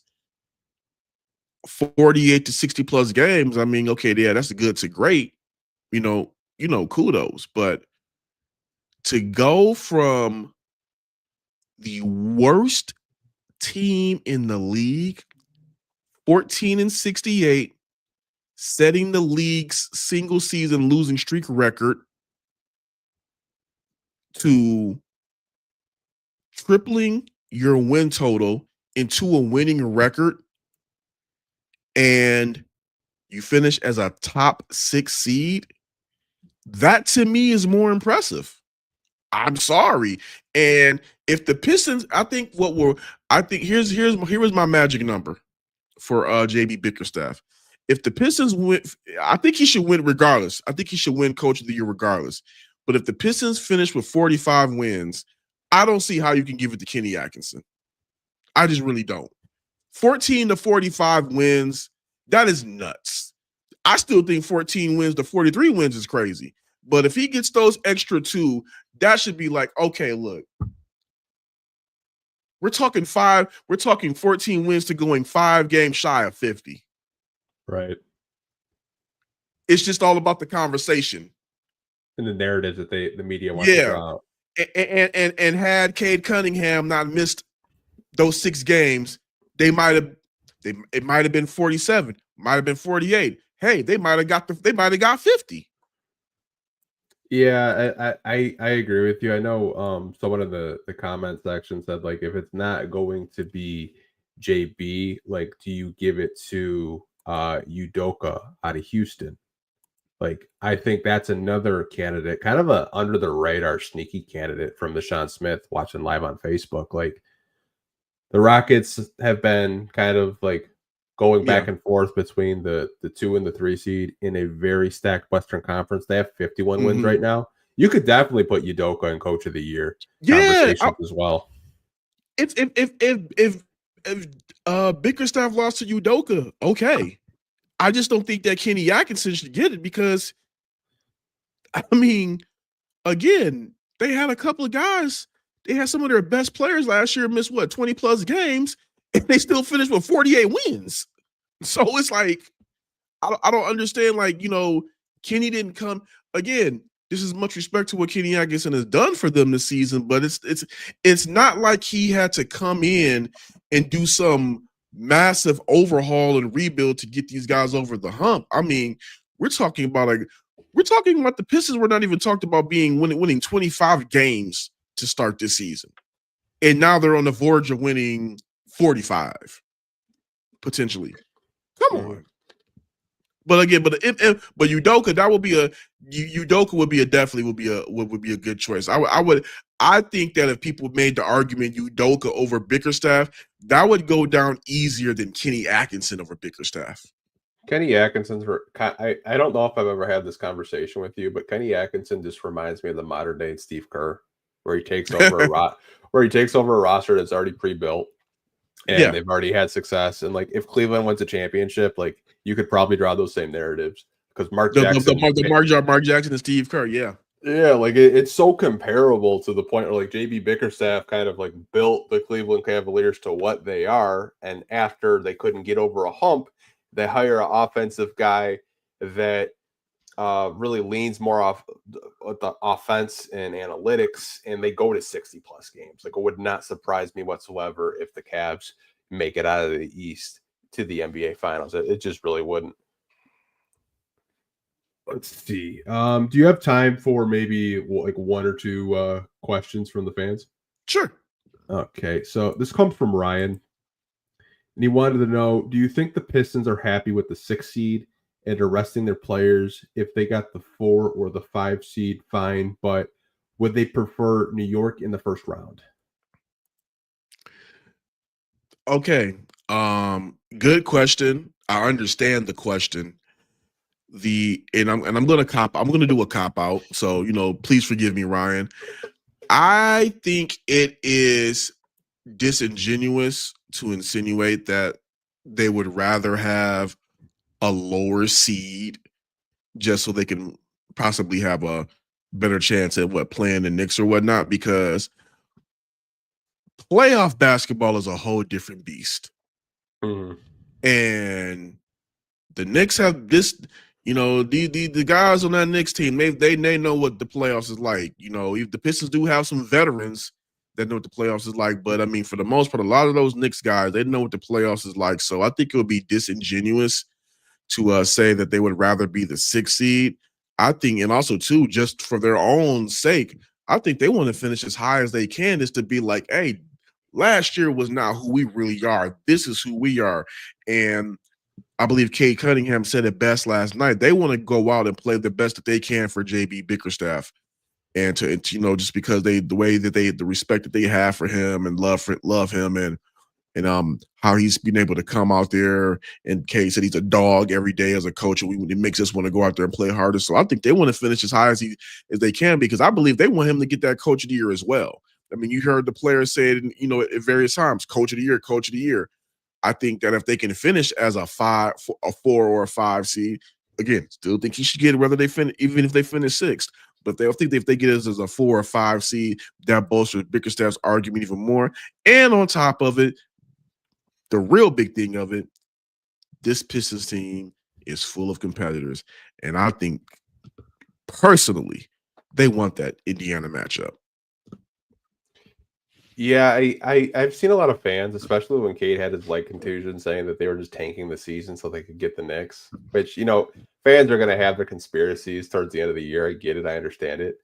I think the Pistons, I don't really think they're like purposely losing so they match up with the New York Knicks, or trying to win out so they get the Pacers. I think whoever they face, they're going to give 100% effort, and it's just going to be a dogfight for however many games it is. Now, me personally, Kory, I have my opinions why I would rather see the Knicks, and it has nothing to do with basketball. It has to do with national spotlight. I would rather them see the Knicks in the first round because they'll be on primetime, they'll be on ABC, and more eyes on Cade Cunningham and the Pistons, the better.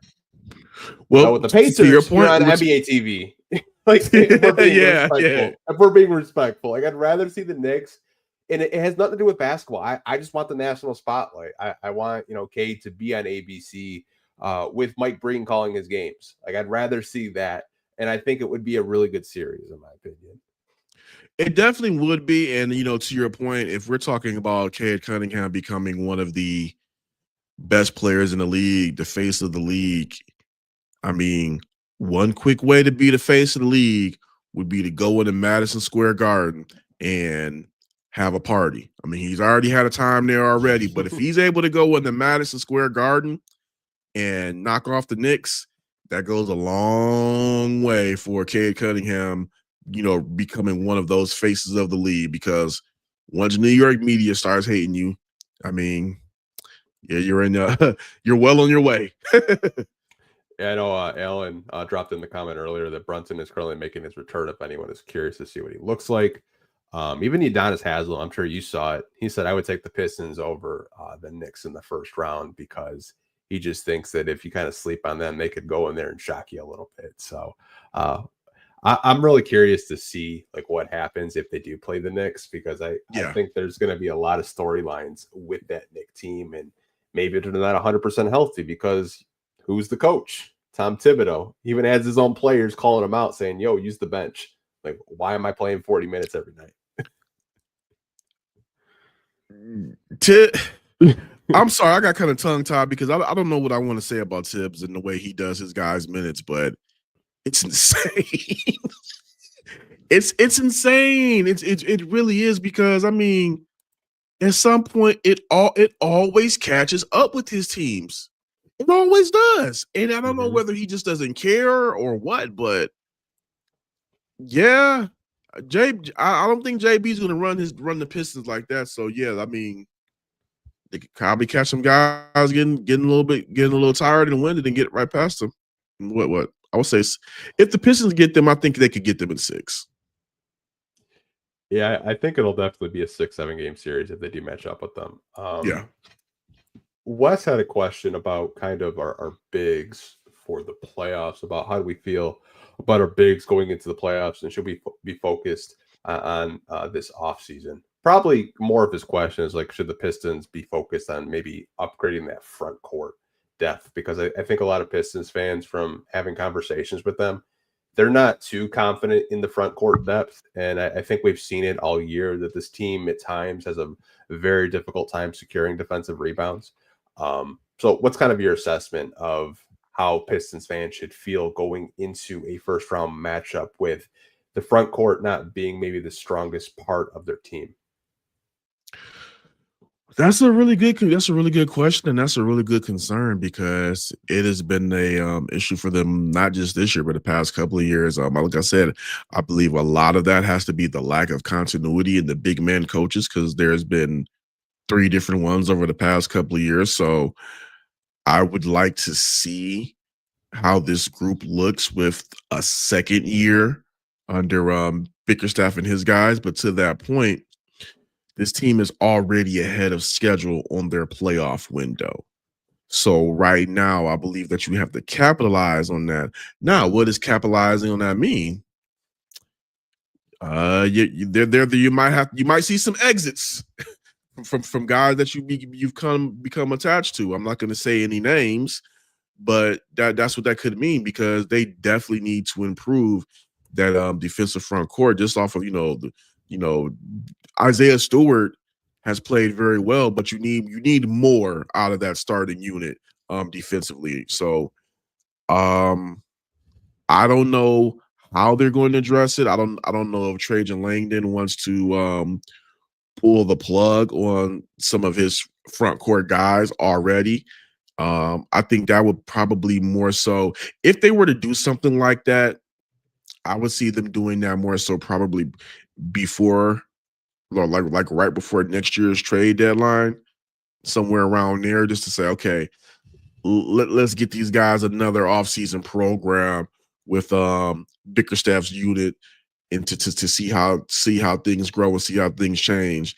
And if we're still kind of stagnant in that area, okay, then we have to make some changes. I think that would be the best way to go. Well, I think, I don't know if you remember this, like before the Cat trade, like the Pistons were floating the idea of Julius Randle. Like, remember Ian Bagley tweeting out that Pistons were in conversations with the Knicks for Julius Randle. So maybe Trajan had kind of looked at the roster and saying, like, we need more size at that power forward position, and maybe kind of backed out on it because maybe he wasn't really too sure how a Julius Randle would mesh with the Cade Cunningham and company. But I see other questions in here about getting a solid four like a Bobby Portis or a Naz Reid. The only thing I would say to that is they're both on player options and they would have to opt out. I don't know if they go after Naz Reid after what happened with Ron Holland. I just don't. I see a lot of Pistons fans just pounding the table for Naz Reid. I don't think you have the money for him personally if he opts out of a $15 million contract because he's probably looking to get 25 mil.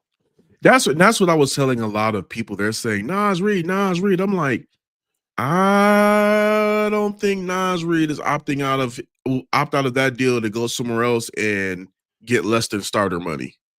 Yeah, that's just me. I think if he's gonna take less than starter money, he's better off staying where he's at. Yeah, that's kind of like my understanding too. Bobby Portis, I know, like when we were talking like trade deadline, like he'd be a really good ideal fit for the Detroit Pistons. I think if they were to upgrade in the front court, it's going to have to come via trade because if you guys want to look up just power forwards that are available this summer, the list is very bleak. Yeah. The players that could be available are on player options, so they would have to opt out, and they probably want to get paid. And the Pistons this year aren't going to have too much cap space to play with. And I think a majority of that cap is going to Malik Beasley, if I'm being honest. Which it should, because you cannot let Malik Beasley leave Detroit. It's just that simple. No, not at all. Not at all. Got our guy Sean Murphy in here. I said Pistons are so good. We got Kory back. It's all Sean. It's all Sean's fault.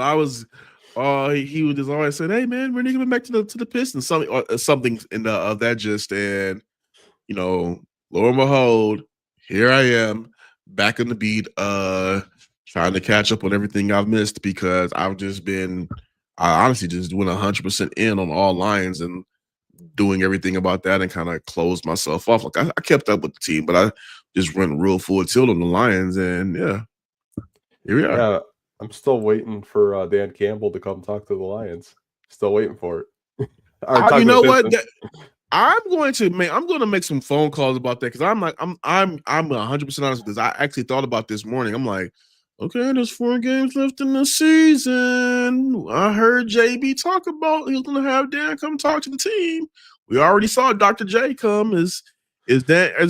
Maybe he's saving Dan for the pre-playoff speech to get them to run through the wall when they go to New York or Indiana or whatever.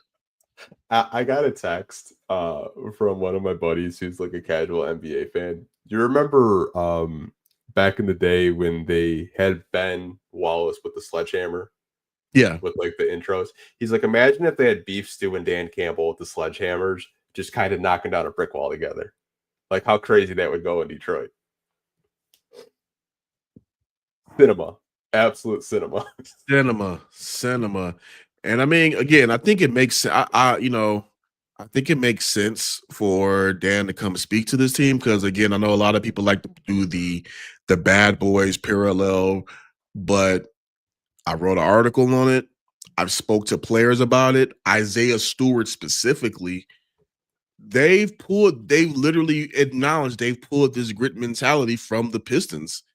Isaiah Stewart has been to a couple of Detroit Lions practices during training camp, and he said that's what got his juices going. He's like, oh, they really getting after it.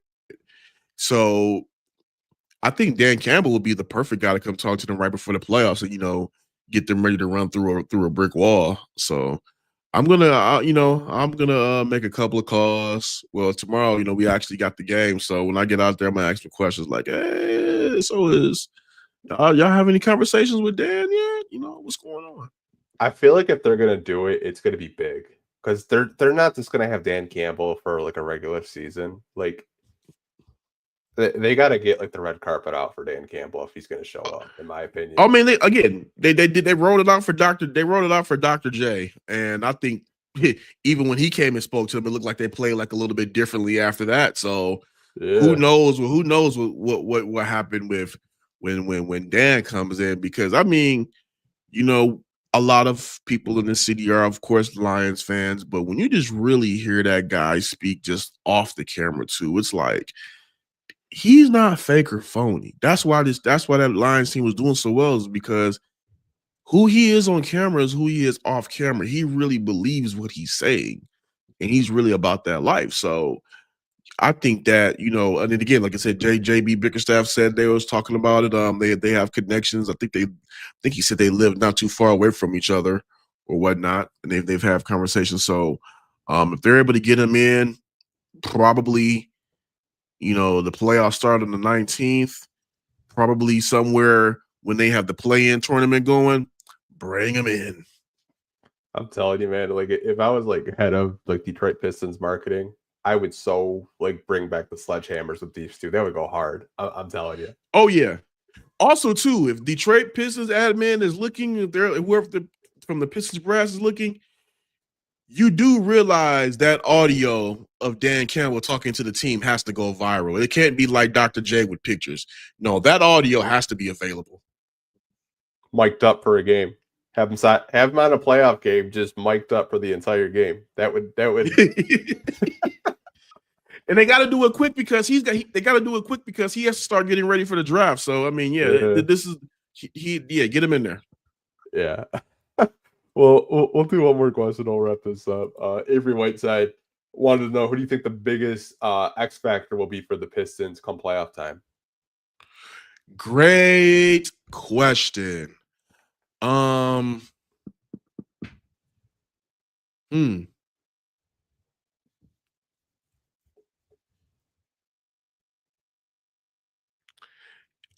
to go 1A and 1B on this one. I'm going to cop out. Sorry, Avery. My 1A would be which Jalen Duren shows up defensively. That's going to be really key. I believe offensively, the Pistons are going to be able to go ahead and have no problems putting the ball in the hoop, but which Jalen Duren is going to show up defensively in the low post, and is he going to be able to at least contribute offensively, you know, with putbacks and just finishing strong at the rim? Those are going to be my two charges for him. When we go to the 1B, and again, this is a guy that has been working on his shot, but I want to see how he does come playoff time. Asar Thompson has to have a coming out party as well. I think that this guy is a Swiss Army knife. He has so much in his game, and he could be one of those guys that could be give you a sneaky 17, 18, 20, probably 25, and as well as, you know, 6-7 rebounds and a couple of block shots. I mean, that one couple of them block shots he's been having lately, I'm like, dude, you are a true athlete in every sense of the word. So, like I said, if he develops a consistent jump shot, it's over for the NBA. It's over. So, I want to see Jalen Duren and Asar Thompson. Those would be the two guys that I would be looking on to be the X factors. So I have two different X factors than you do. So my 1A is Ron Holland, because okay, I feel Ron Holland is so fearless, and there's not a lot of tape on him, I think, for teams to study. And anytime he comes into the game, the energy goes up and they start running. So I think Ron can definitely be a big X factor come playing time. I do like the Jalen Duren and Asar. I think those are good answers. My second one might actually surprise you. It's Dennis Schroeder.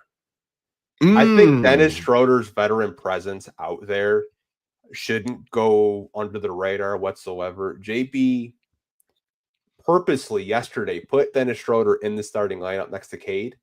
Would not surprise me if you saw Dennis Schroeder in the starting lineup come playoff time with Cade Cunningham, to have a veteran out there to handle the ball. So all of the ball handling pressure is not on Cade Cunningham. I think Dennis Schroeder's role might kind of go under the radar among fans because they're really focused on the young guys. But I think him as a vet shouldn't go unsold whatsoever.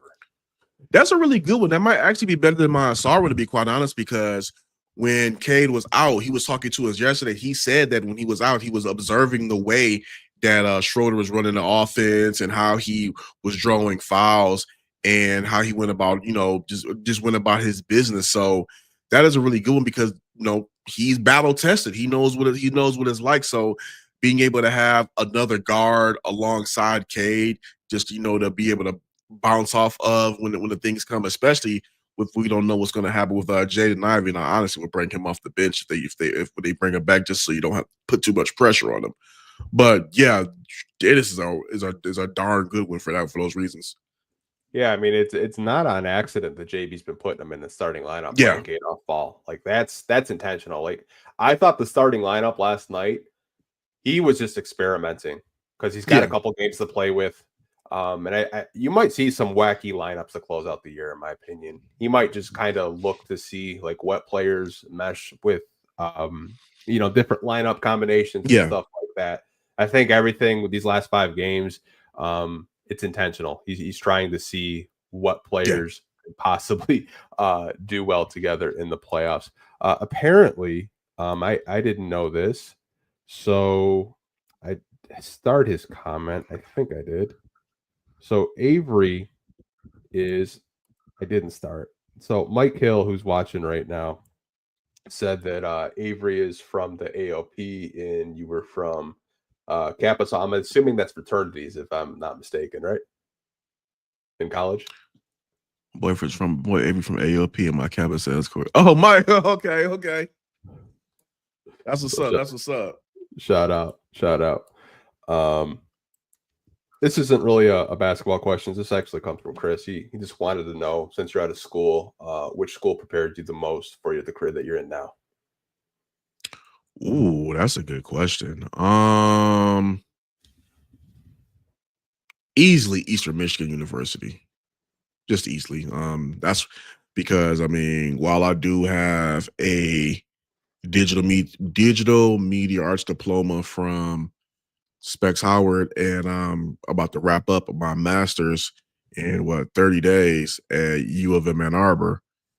It's at Eastern Michigan University where I got my media studies and journalism degree.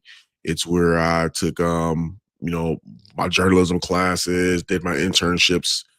Heck, I did an internship with the Pistons a long time ago. I was able to be fortunate to meet people like Vinny Goodwill, who took me under his wing at times and to this day still keeps his foot in places where the sun don't shine when I do something stupid. He's unfiltered. But I love him for that, and he's always a phone call away. But yeah, it's definitely Eastern Michigan, I would say, will be the school. But really, like, I kind of a lot of my hands-on learning, a lot of my real teaching came from the jobs, of course. This Michigan Chronicle, a place I won't name, and and now I'm live. Yeah, honestly, I feel like every time I talk to you, you're going back to college. It's just like, trust me. When I do graduation in 30 days, and I have my capstone project I got to complete over the summer, and then that's when I'll have my degree in August. They'll give me my degree in August. I'm just taking part of a graduation in May because I'm not doing another winter graduation. But to the point, I am never going back to school again. I'm done. Only way you will see me go back to school again is if my job say, "Hey, we'll pay for you to get your master's in journalism," and then I'm like, "Okay, if y'all gonna pay for it, I'll do it." Other than that, ain't no way in hell I'm going and sitting in another classroom. Sorry, I don't really cuss, but F that. I'm done with school. F that. Man, it's funny because I talked to like a lot of journalists like you, and they're like, "Where did you go to YouTube University?" I didn't go. Never went to college. It's crazy. JR, like we'll just do this real quick because I've almost had Kory on for 2 hours, and I don't know, like one more question. Shout out to my guy. He wants to know what kind of whistle we'll get in the playoffs, given our physicality. Help the refs don't start calling ticky-tack fouls just for a fair game. Don't take the competitive or the edge away. I think the playoff whistles are going to be let them play more, personally, Kory. I don't really think there's going to be any ticky-tack fouls. just with the way that NBA playoffs are played. But what do you kind of think about that? I'll keep it real simple. If they're playing the Pacers, I think they're going to let them be physical to a degree. If they're playing the Knicks, watch out. Things might get a little interesting. Yeah, I think, J Hart, just to answer your question, you're not going to get any ticky-tack fouls, but it depends what officials we get. If we get Brian Forte, who just lost his shit with Cade, that could be an official that JB I know doesn't get along with. Tyler Ford last night, he's another one. JB has had his issues with him. Isn't he ain't the Pistons like 10 and something, 20 something crazy when he referees those games? It's something weird. It's something like that. Scott Foster's one that you have to, keep an eye on as well. He's notorious. Tyler Ford, though. The Pistons don't have Chris Paul, so they should be somewhat safe with Scott Foster. Honestly, man, like it's crazy. But I was looking like Tyler Ford actually ejected Isaiah Stewart, and he has not officiated the game until last night. And I was watching the game, and him and JB were going back and forth. And JB was just like, man, you always do this when we, play you. He's like, you're always on that bullshit. You only hear what you want to hear. Always like, damn. I love that he goes at the refs. I don't know if you've ever gone back and watched the games, but man, he dropped some F-bombs in all these refs' ears. And again, that's what you need. I mean, you may not like it. The league may not like it, but I mean, for these guys right here, they've been, desiring a coach with a pulse. And y'all saw last season. I'll leave it at that. I don't even know what that was last season. I don't even know if he had a pulse. But we'll wrap up this podcast, you guys. If you're an audio listener, it should be up later tonight. Given this podcast is over 2 hours long, the files might take a good 12 hours just to make it to Spotify. Gigs are... Yeah, it might take a good 12 hours just to show up on Spotify and Apple, but we'll try to get this up as soon as we can. But we will see you guys tomorrow, immediately after the Detroit Pistons Sacramento Kings post-game show. See you 4 times next week, believe it or not. Got 4 games next week. So appreciate all you guys in here, all 500 people in here. Shit, I am such a bad host. Kory, I forgot to let you plug and promote yourself. Where can people follow you, support you, read your articles, all stuff like that? Follow me on Instagram, KoryEWODS. That's on TikTok, Twitter, Blue Sky, all of that jazz. Go to mlive.com. And you can see my work under Pistons. You can see my work under Lions. And if you go to one of those articles that I wrote and you click my name, that just goes to my work directly.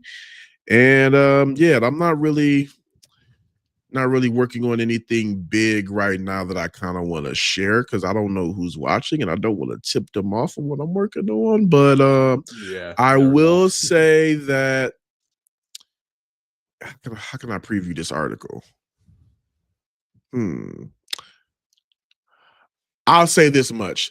The next big piece I'm working on is a feature I'm trying to pull together, and it will just be about the most important part of this turnaround. I'll leave it at that. Yeah, I'll leave it there. Yeah. Okay. Yeah. Because you never know. You got snakes in the I know. Never know. You never know. Like I said, I've had other journalists on here, and they've kind of told me stuff that has happened to them, and it's like, you know what? I'm not going to let you spoil it. The article's going to come out, and I'm sure it'll be a great one. Mike, I remember Mike Hill, my Sigma Sands. Okay, I'm like Mike Hill, yeah, okay, got you. I know now. Yeah. I'm like, wait a minute. It was bugging me for a minute. Okay, yeah, okay. Shout out. We'll see you guys tomorrow. Take care. Have a good night. Peace.